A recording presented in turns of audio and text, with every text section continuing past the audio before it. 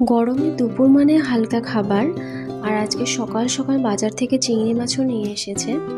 আর আগে থেকে ঘরে যেহেতু একটু কুমড়ো ছিল, মানে মিষ্টি কুমড়ো ছিল, তাই ভাবলাম মিষ্টি কুমড়ো দিয়ে চিংড়ির একটু হালকা ঝোল বানিয়ে নেব। তা আমি এইদিকে চিংড়ি মাছগুলোকে ভালো করে পরিষ্কার করে লবণ হলুদ মাখিয়ে নিয়েছি। আর সাথে যেহেতু পটল ভাজবো, তো পটলগুলো একইভাবে লবণ হলুদ মাখিয়ে রেখে দিয়েছি। তো এইদিকে চিংড়ি মাছগুলো ভাজা হয়ে গেছে, আর ওই একই তেলে আমি পটলগুলো ভেজে নেব। তারপর ওই তেলেই আমি তরকারিটা রান্না করব। তো এইদিকে আমি তরকারিটা বসিয়ে দিয়েছি, আর মানে সবজিটা ভালো করে ভেজে নিয়ে তারপর আমি ঝোলের জলটা দিয়ে দেব।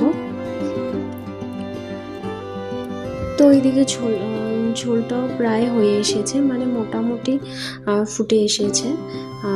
তো এবার আমি এই ঝোলের মধ্যে মাছগুলো দিয়ে আমি তরকারিটা নামিয়ে নেব। তো আজকে দুপুরের খাবারে আমাদের এতটুকুই ছিল। তো আমার এই মিনি ব্লগটি তোমাদের কেমন লাগলো অবশ্যই কমেন্ট করে জানাবে। আর এই মিনি ব্লগটি যদি তোমাদের ভালো লেগে থাকে তাহলে এই ভিডিওটিতে একটি লাইক, কমেন্ট, শেয়ার এবং আমার এই চ্যানেলটিকে সাবস্ক্রাইব করতে ভুলবেন না কিন্তু।